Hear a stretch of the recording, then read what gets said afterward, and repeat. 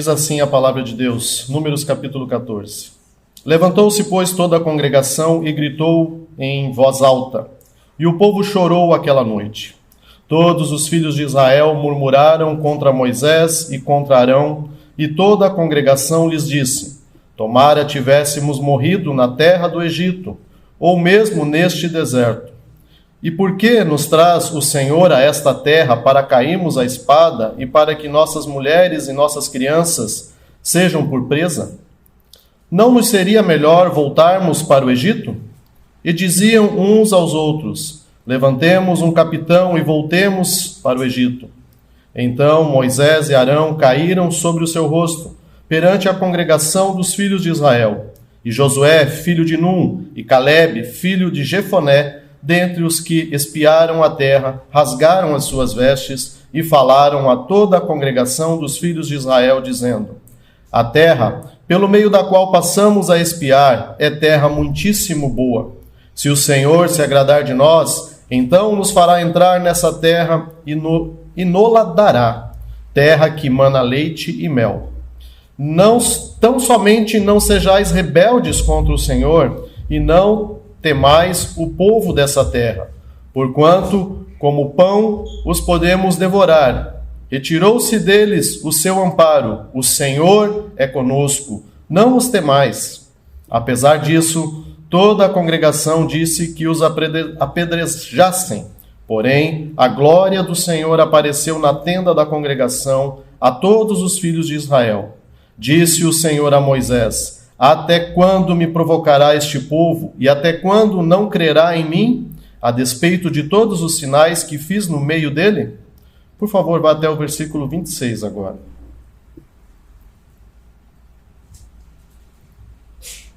Depois disse o Senhor a Moisés e Arão: até quando sofrerei esta má congregação que murmura contra mim? Tenho ouvido as murmurações que os filhos de Israel proferem contra mim. Dize-lhes: por minha vida, diz o Senhor, que como falastes aos meus ouvidos, assim farei a vós outros. Neste deserto cairá o vosso cadáver, como também todos os que de vós foram contados, segundo o censo de 20 anos para cima. Os que dentre vós contra mim murmurastes, não entrareis na terra, a respeito da qual jurei que vos faria habitar nela, salvo Calebe, filho de Jefoné, e Josué, filho de Num. Por favor, agora vamos para Filipenses, capítulo 2. Vamos meditar no verso 14 ao 16. Filipenses 2, 14 ao 16.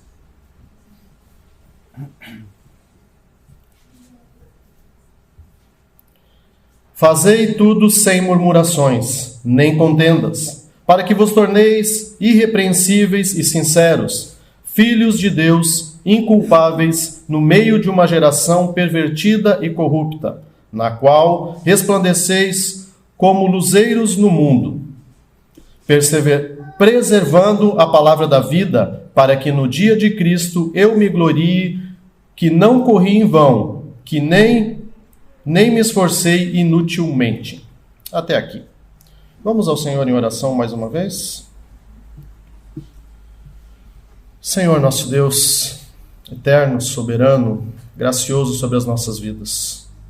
Nós mais uma vez nos achegamos a Ti em oração, primeiramente Te louvando por Tua palavra, por Tua soberania, em querer falar aos nossos corações essa palavra nessa manhã, por Tua soberania em tratar comigo primeiramente acerca desse tema, acerca dessas coisas, Senhor. Que os nossos ouvidos estejam atentos e abertos espiritualmente, para que o Senhor encontre morada em nossos corações, Senhor. Que a Tua palavra venha de encontro a nós e que essa possa produzir frutos nessa manhã, frutos dignos de arrependimento, para que saiamos daqui melhores do que quando chegamos, edificados por Tua palavra, gratos por Tua misericórdia e por Tua salvação em nossas vidas. É o que Te pedimos em nome de Cristo Jesus, para a honra e glória do Teu santo nome. Amém. Meus irmãos, esse texto de Números nos relata muitas coisas acerca do povo de Deus e como esse povo murmurou, caminhando com o Senhor depois de tão grande livramento em tirá-los do Egito. E eu quero meditar com vocês nessa manhã exatamente sobre isso, murmuração. E eu quero começar com uma pergunta nessa introdução. Qual foi a última vez que você murmurou ou reclamou de algo? Você consegue imaginar? Talvez possa ter sido hoje mesmo, neste domingo. Como o pastor comentou, muitos reclamam da chuva, muitos reclamam quando tem muito sol, quando está muito quente.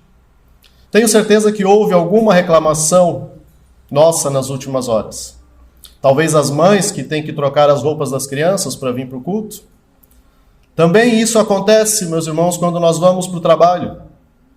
Ouçamos a forma como as pessoas falam sobre o seu trabalho. Reclamando, murmurando. Ou quando reclamam, ou quando reclamamos dos nossos sogros, sogras, mulheres, esposas, filhos, nossos cônjuges. Parece que as pessoas sempre trazem algo para nos fazerem felizes. Afinal, a murmuração tem esse poder. Às vezes, parece que algo que as pessoas à nossa volta trazem como motivo até para muitas vezes nós falarmos palavrões ou reclamarmos contra Deus. Falamos dos adultos e o que dizer das crianças? Quando foi a última vez que vocês reclamaram, crianças, que já têm um certo entendimento? Qual foi a última vez que você não ficou feliz com alguma coisa que a sua mãe ou que o seu pai disse?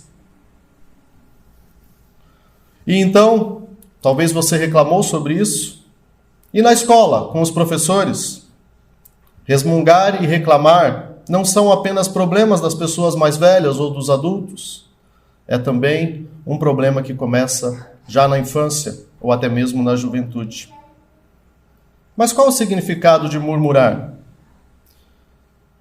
No dicionário, trazendo do latim, significa produzir um som mínimo e prolongado, falar baixinho, de forma inaudível, como um sussurro em voz baixa, expressar descontentamento, queixar-se, lamentar, lamuriar.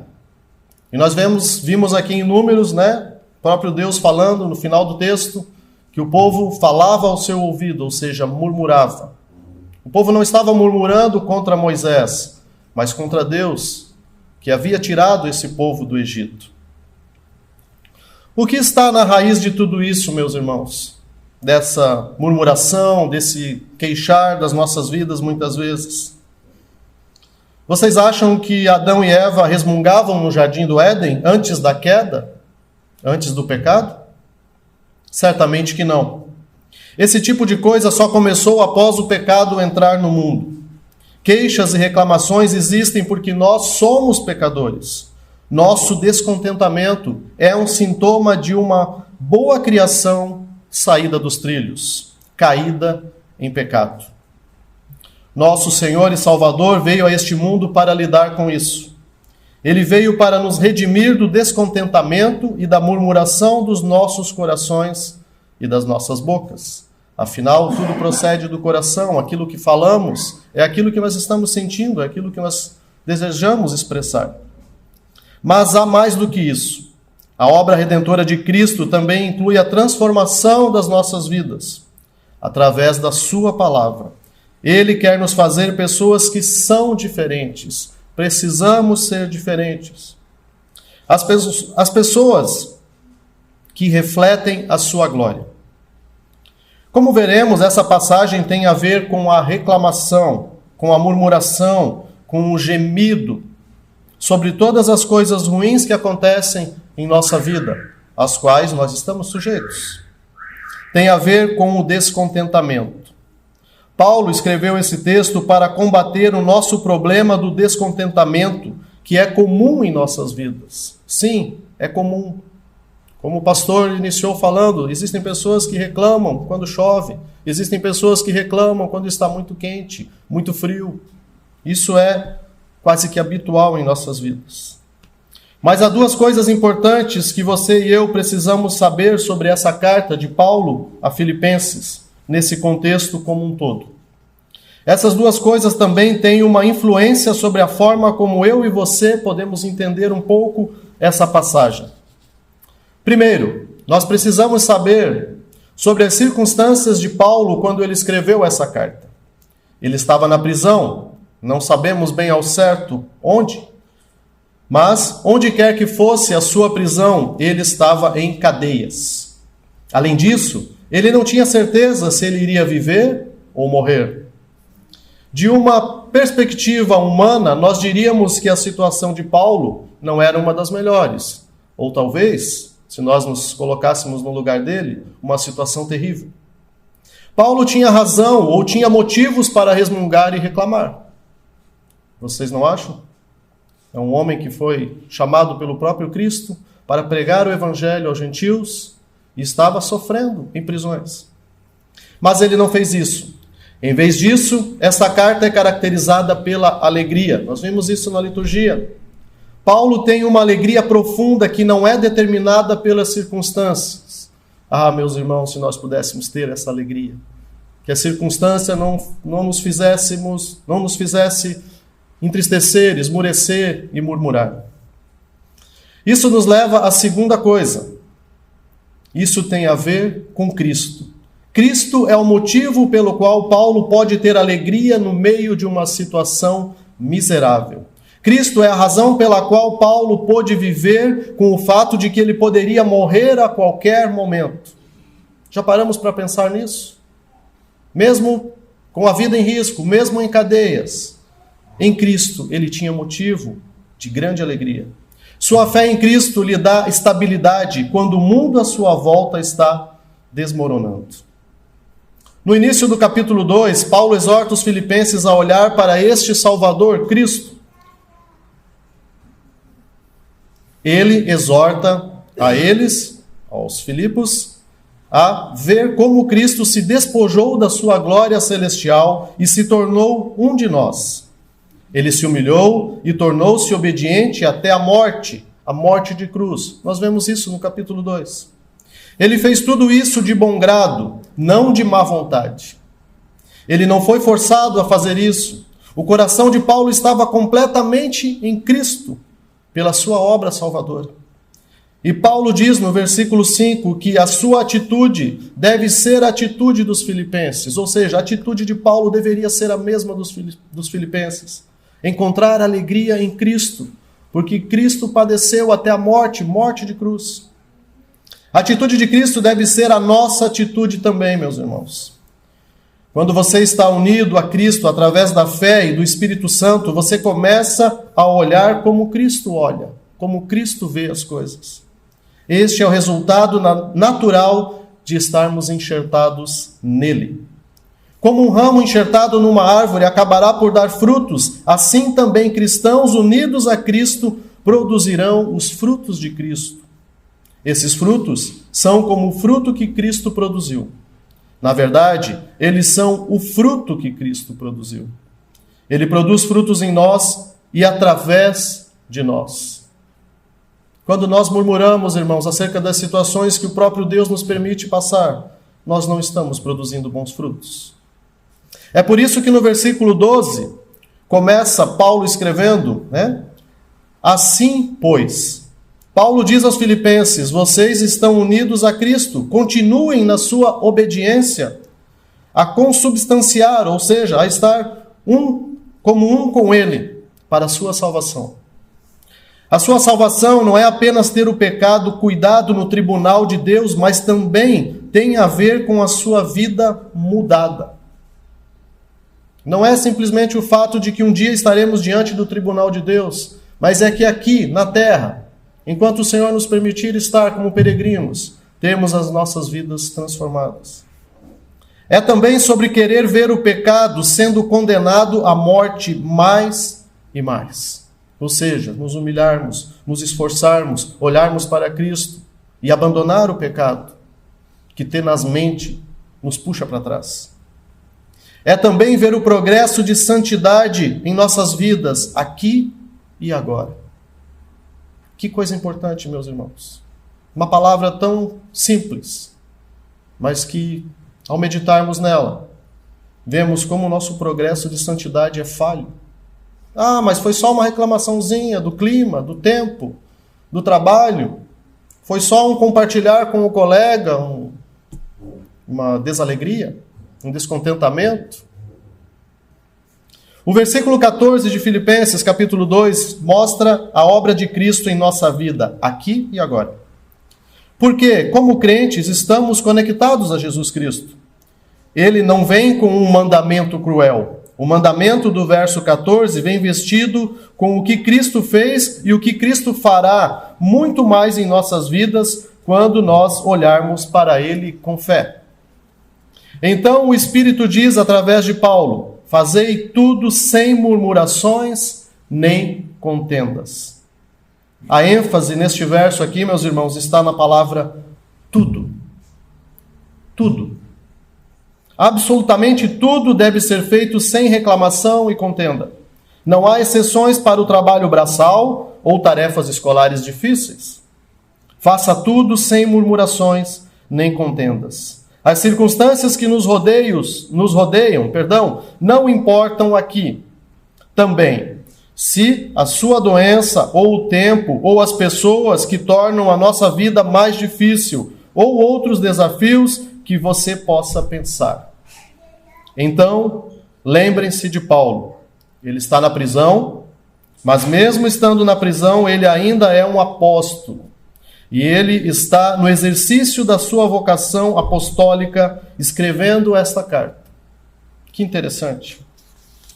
Ele, Paulo, estava em cadeias pesadas, que pesam os braços, talvez com um corte em sua pele, com feridas. Ele, através do Espírito Santo, escolhe dizer essas palavras: fazei tudo sem murmurações nem contendas. Meus irmãos, existem pessoas que sempre estão reclamando e causando brigas. Nunca estão contentes.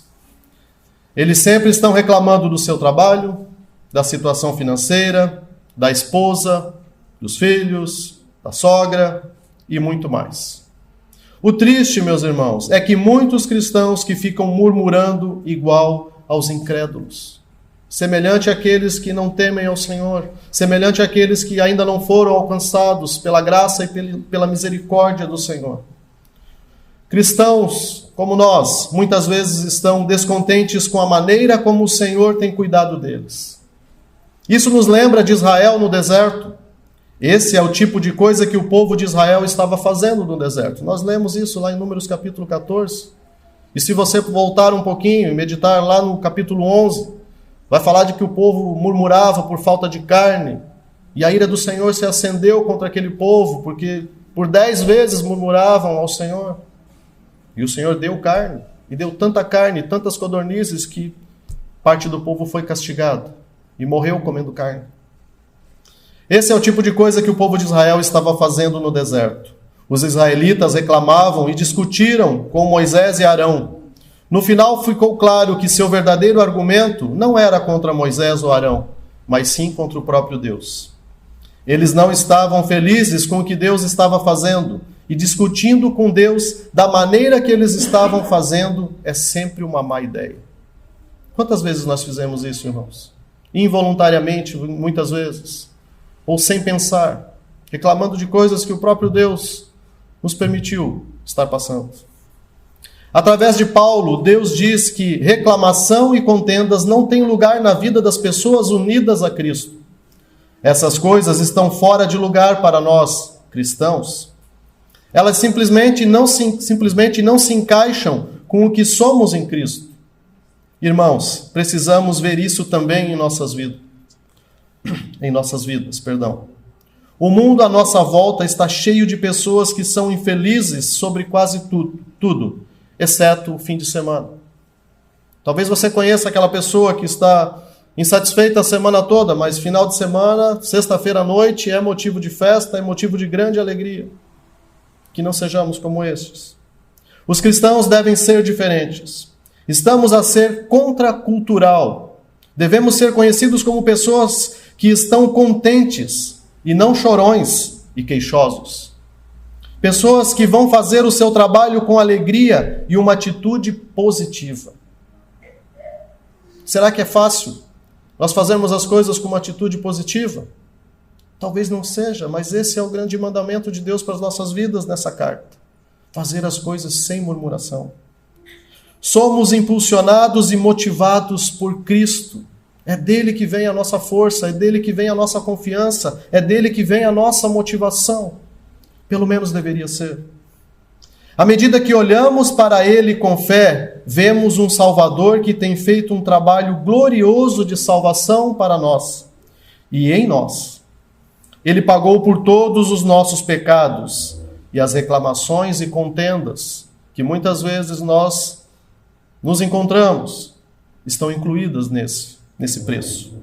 Na cruz, ele levou a ira de Deus contra a nossa reclamação. Em sua vida, ele fez o que deveria ter feito. Fez tudo sem murmurações nem contendas. Me parece que a palavra de Deus fala que ele foi como uma ovelha muda ao matadouro. Ele estava perfeitamente satisfeito em fazer a vontade de Deus. E ele não fez isso para si mesmo. Ele fez isso por mim e por você. Sua justiça é a nossa justiça, irmãos. Isso nos leva a olhar para essas palavras à luz do amor de Cristo. Essa é a linguagem do Salvador, aquele que te ama tanto e me ama tanto. Fazei tudo sem murmurações nem contendas. Esta é a linguagem do Salvador, o único que tem crédito sobre a nossa gratidão. Este é quem você quer agradar, pelo menos deveria ser. Isso acontece porque nós estamos enxertados em Cristo pelo Espírito Santo.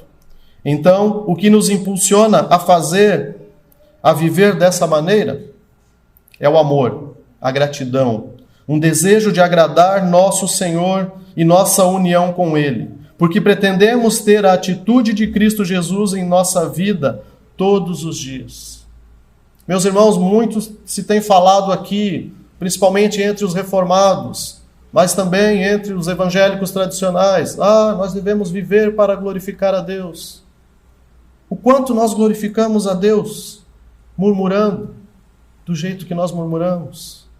E eu me incluo nisso, meus irmãos. Eu me incluo nisso. Essa palavra vem de encontro primeiramente ao meu coração.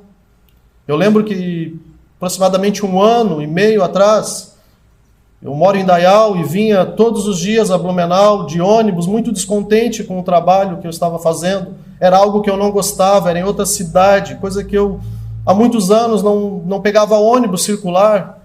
Não que eu não goste de andar de ônibus, entendo. Mas eu estava muito descontente. E talvez eu não declarasse isso publicamente, mas o meu coração estava triste. Num primeiro momento eu fiquei muito feliz porque foi uma porta que Deus abriu. Eu estava desempregado, trabalhando de Uber, uma renda muito abaixo daquilo que eu necessitaria na época para sustentar minha família. E eu lembro que quando eu recebi a notícia que eu seria contratado, eu fiquei muito feliz e agradeci a Deus. Mas internamente, depois de começar esse trabalho, com todo esse empenho, com todo esse esforço de acordar cedo, pegar o carro, deixar na metade do caminho, pegar um ônibus, vir a Blumenau, voltar no final do dia, chegar tarde em casa, eu estava muito descontente. Eu não lembro em nenhum momento de ter declarado isso ao Senhor, mas eu estava triste com o Senhor. O que me restava era esperar nele, confiar nele. E eu de fato confio no Senhor, sempre confiei e vou sempre confiar. Ele vem no tempo certo. E ele veio. Mas eu tenho certeza que algumas vezes eu murmurei. Ou com a minha esposa, ou com o meu pastor, ou com alguém próximo. É longe, tem que pegar ônibus. Acorda cedo, chega tarde. É cansativo. É um trabalho que eu não gosto de fazer. É telemarketing. Nada contra quem trabalha com telemarketing. Devemos ter a atitude de Cristo Jesus em nossas vidas todos os dias. Meus irmãos, qual é então o resultado de vivermos dessa maneira?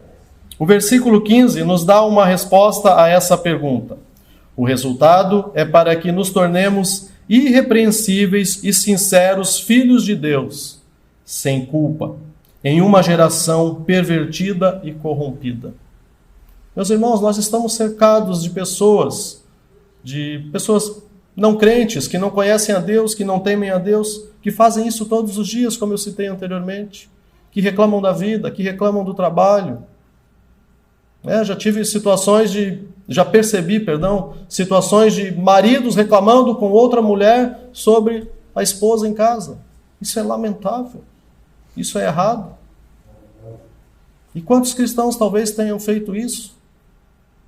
Reclamando dos filhos, vai conversar com o vizinho. Esse meu filho, olha, não tem mais jeito, eu não sei mais o que eu faço. Não façamos isso. Não sejamos como os descrentes, como aqueles que não temem a Deus e não conhecem a Deus. Não se trata da nossa posição diante de Deus, mas sobre como as pessoas ao nosso redor nos veem.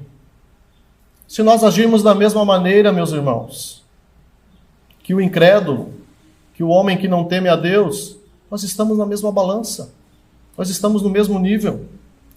Quando tomamos a abordagem de Paulo, não reclamando e nem discutindo, quando fazemos todas as coisas, quando tomamos essa abordagem, não vamos dar nenhuma razão para que as pessoas nos culpem. O mundo que nos rodeia é uma geração corrompida e perversa. A Bíblia fala isso e nós sabemos disso. As pessoas desse mundo, transgridem a lei de Deus. Elas se deleitam em descontentamento, e gemendo sobre tudo e sobre o quão ruim as coisas vão em suas vidas. Se você trabalha com os incrédulos, você sabe que isso é verdade. Agora, o que acontecerá se você e eu fizermos a mesma coisa? A pior coisa que o incrédulo pode sempre dizer a você é: eu nem percebi que você era um cristão. Você já passou por uma situação assim? Misericórdia. Misericórdia. Eu não notei nada diferente em você. As diferenças têm que ser evidentes aqui na nossa vida diária.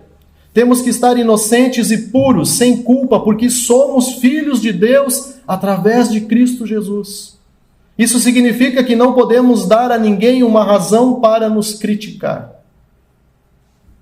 Repito, não podemos dar a ninguém uma razão para nos criticar. Eu lembro que nessa mesma empresa que eu trabalhava, eu passei por um processo de muita ansiedade na minha vida, onde abrochou, onde começou toda a ansiedade. E hoje já está controlada, graças a Deus. Mas eu lembro que as pessoas não percebiam em mim uma diferença, porque eu não estava contente com aquele lugar. Elas percebiam, às vezes, quando eu me vestia, não com gravata, mas com um terno semelhante a esse, ou esse mesmo. Que elegante que você está, parece um pastor. Eu ficava contente, de uma certa maneira até orgulhoso de estar bem vestido e talvez ser reconhecido por fora como um pastor. Mas esse não deveria ser o principal objetivo. As pessoas deviam olhar para mim e reconhecer ali como um homem de Deus. É claro que eu não poderia mostrar dentro de uma empresa, trabalhando ali 8 horas corridas, talvez com todas as atitudes, mas meditando nessas coisas, meditando nesse texto, me fez lembrar dessa situação. Eu deveria sim ser reconhecido como um homem de Deus pelas minhas atitudes. Talvez isso até tenha acontecido, às escondidas, talvez alguém tenha pensado isso. Mas isso não foi publicado. Isso significa que não podemos dar a ninguém uma razão para nos criticar. O mundo à nossa volta está na escuridão. É uma escuridão que fala todos os tipos de negatividade. Promove más atitudes pecaminosas em relação ao trabalho, à família, ao nosso governo e muito mais. Nós vemos isso todos os dias, meus irmãos. Nós mesmos somos muito descontentes. Eu percebi uma situação essa semana com a minha esposa, conversando com a vizinha, não sei porquê e qual momento entraram numa discussão sobre política. E política a gente não discute, a não ser que a gente conheça a pessoa e consiga e tenha a liberdade de compartilhar aquilo que nós acreditamos. Mas eu percebi na sabedoria da minha esposa, e glória a Deus por isso, Ela tentava mostrar para essa pessoa que hoje nós não temos o melhor presidente do mundo. Não é um homem santo, não é o melhor dos homens, talvez não seja o melhor governante, mas nós temos alguém que defende pátria, família e Deus. E nós sabemos de onde viemos, e sabemos o risco que corremos, para onde podemos ir como os países vizinhos. Mas é possível discutir, falar sobre política com mansidão, com domínio próprio, e muitas vezes esclarecer algumas coisas, enquanto as pessoas, de um modo geral, só sabem reclamar. E eu percebi a minha esposa fazendo isso, né? Justamente o contrário. Quanta liberdade que nós temos hoje. Quantas coisas melhoraram de fato. E que outras opções talvez teríamos. O mundo à nossa volta está na escuridão. É uma escuridão que fala todos os tipos de negatividade. Paulo diz que os crentes estão no meio dessa escuridão. Vivemos nesse mundo. Trabalhamos com os incrédulos, estudamos com eles, vivemos lado ao lado, nossos vizinhos, de casa, de apartamento. Nenhuma parte das Escrituras diz que os cristãos deveriam vê-los de outra maneira. Não, são incrédulos, são pessoas que não conhecem a Deus, que não temem a Deus. A Bíblia não nos diz para ir e montar a nossa própria comunidade cristã no deserto, embora dê vontade de fazer isso, né? Montar uma comunidade separada, né, pastor? Nós vivemos em meio a uma geração corrompida e perversa em um mundo de trevas. E precisamos ser luz nesse mundo de trevas. E a nossa abordagem positiva da vida resulta no contexto do que Paulo diz no final do versículo 15, na qual resplandeceis como luzeiros no mundo. Com essas palavras, Paulo recorre a algumas imagens do Antigo Testamento. Em Daniel capítulo 12, por exemplo, aos crentes é dito para serem sábios, para que brilhem como o brilho dos céus. Eles serão como as estrelas para a eternidade. Olha que interessante isso. Nosso Senhor Jesus também se baseou nessa imagem em Mateus 5, quando ele falou sobre os crentes serem uma luz. É possível que Paulo também tenha as palavras de Cristo em mente quando escreve essa carta aos Filipenses. Isso é o que acontece quando vivemos em união com Cristo. Os crentes devem brilhar em um mundo de trevas. A antítese é revelada entre os filhos de Deus e os filhos de Satanás. Em nossa caminhada obediente, devida, torna-se claro que estamos separados dos incrédulos. Torna-se claro que nós pertencemos a Cristo e estamos unidos a Cristo através da nossa fé. A nossa fé nos faz diferentes dos incrédulos.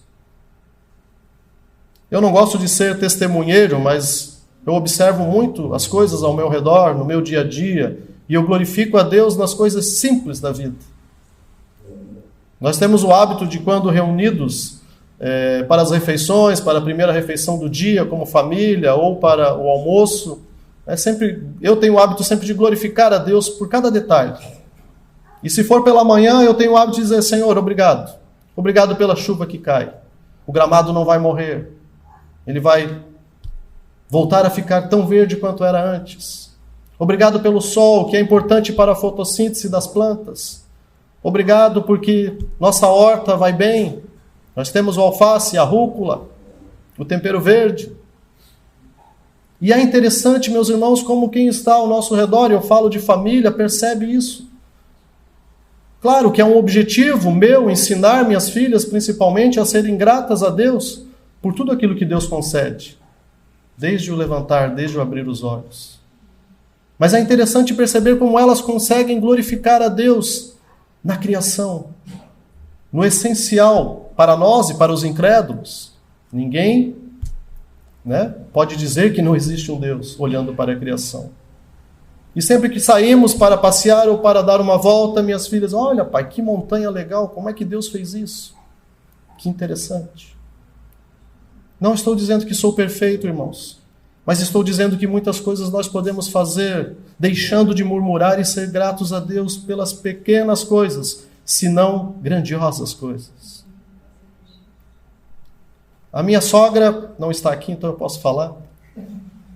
Ela está começando a caminhar com o Senhor. E geralmente quando ela está lá em casa, participa das refeições, quando eu oro, quando minha esposa ora, e eu tenho a mesma atitude. Obrigado, Senhor, pela vida da minha sogra, que está aqui. Obrigado pelo trabalho dela. Obrigado por essa carne que ela comprou hoje. Obrigado pelas suas filhas, pela minha esposa, pelas netas dela. Obrigado porque o Senhor tem sido bom com ela, bom conosco. Obrigado por esse alimento à mesa. Amém. De repente eu olho, ela sai chorando, correndo. O que aconteceu? Você tem razão. Eu sou uma ingrata mesmo. Deus tem sido tão boa comigo. Como é que eu não percebo essas coisas? Deus, Ele é bom demais conosco. Nós não precisamos pregar, irmãos. Nós só precisamos parar de murmurar e fazer justamente o oposto. Não estou dizendo que eu sou o melhor genro, o melhor marido, o melhor pai, longe disso. Eu também murmuro muitas vezes, e essa palavra vem de encontro ao meu coração. Como nós podemos ser diferentes nas nossas atitudes? Mas foi só uma conversa informal, mas saiu da nossa boca, estava no nosso coração, nossa ingratidão. Agora, meus irmãos, como fazemos isso? O versículo 16 diz que devemos preservar a palavra da vida. Irmãos, com as nossas vidas, devemos mostrar o Evangelho em nossa vida, mostrando como ele causou um impacto enorme em toda a nossa vida, não somente em parte dela. A nossa vida não é o Evangelho, anote isso, mas o Evangelho mostra o seu poder em nossa vida. A nossa vida não é o Evangelho, mas o Evangelho mostra o poder em nossa vida, o poder de Deus, o poder das boas novas, o poder da salvação, o poder do sacrifício de Cristo. Cristo não somente nos redimiu para ir para o céu, Ele está também nos transformando aqui na terra, aqui e agora. Essa transformação não pode ficar escondida, meus irmãos. Ela deve aparecer em nossa vida quando preservamos a palavra da vida, quando preservamos a palavra de Deus, quando guardamos a palavra de Deus no nosso coração e fazemos ela frutificar com as nossas atitudes.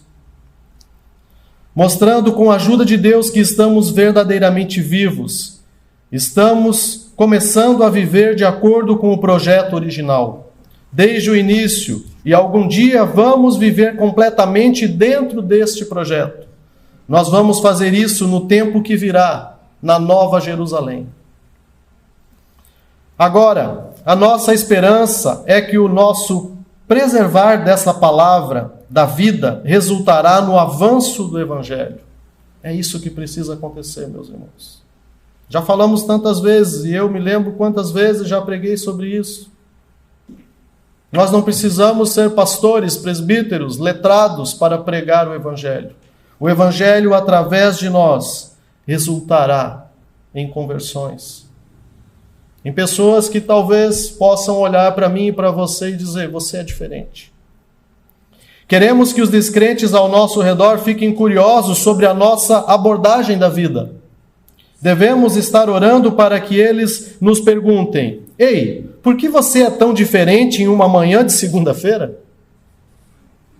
Quantas vezes nós murmuramos numa manhã de segunda-feira? Porque todo mundo está reclamando e você não está? Irmãos e irmãs, devemos olhar para os momentos de ouro, onde podemos falar sobre a nossa fé em Cristo. Não é preciso muitas vezes abrir a Bíblia e ler um texto, ler um salmo, ler um versículo, com as nossas atitudes. Podemos dizer-lhes, aos incrédulos, tudo isso é por causa de Jesus e a diferença que Ele faz na minha vida. Ele me dá alegria, Ele dá o meu propósito de trabalho. Estou grato por pertencer a Cristo e viver para Ele. Pela graça de Deus eu tenho a sua atitude e isso me faz diferente.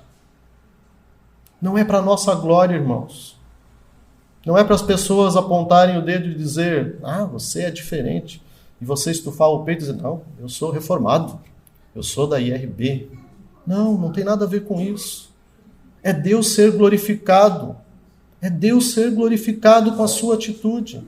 A pessoa perceber isso em você quando você não está nem aí, nem percebendo. Isso nos leva ao último resultado nesta passagem.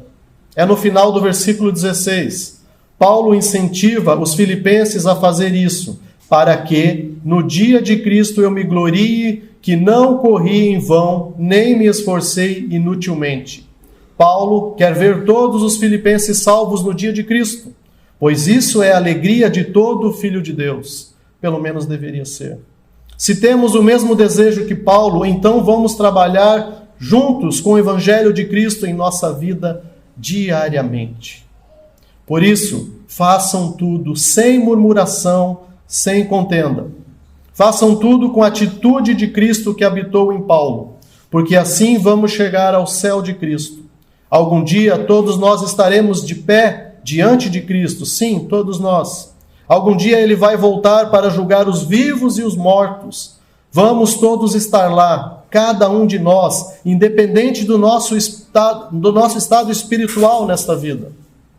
Todos os seres humanos estarão diante do trono do juízo no último dia. Eu estarei lá, você estará lá. Eu vou assistir e ouvir o que acontecerá com todos vocês. Eu me importo com o que acontece com todos vocês. Nós devemos nos importar, meus irmãos. Nós devemos nos importar. Principalmente com aquilo que falamos, deixando de murmurar. Tenho certeza que eu não sou o único aqui que se importa com você. Veja, você está sendo chamado de novo nesta manhã para abraçar a mensagem do Evangelho. Meus irmãos amados, isso não é um dado adquirido e nem devemos ignorá-lo. Existe um mundo que vive nas trevas e habita na morte. Há luz, verdade e vida em Jesus Cristo. Olhemos para Ele, descansemos e confiemos nele. Viver em união com Ele, de fato, significa fazer todas as coisas sem murmurações nem contendas. A liturgia de hoje deixou isso bem claro. Fala principalmente da comunhão que nós devemos ter, tendo as coisas em comum, congregarmos, considerarmos um ao outro. É isso que Deus espera de nós.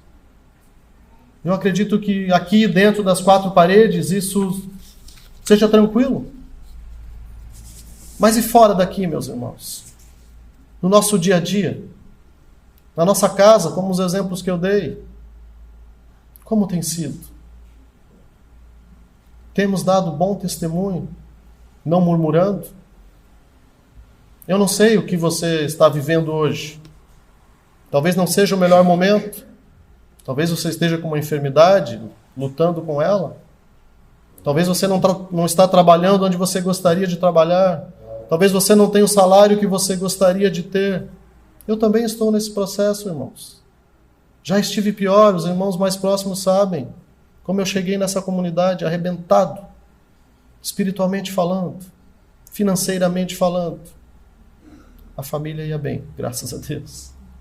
É onde nós precisamos encontrar união e apoio. Mas eu não sei aquilo que você está passando.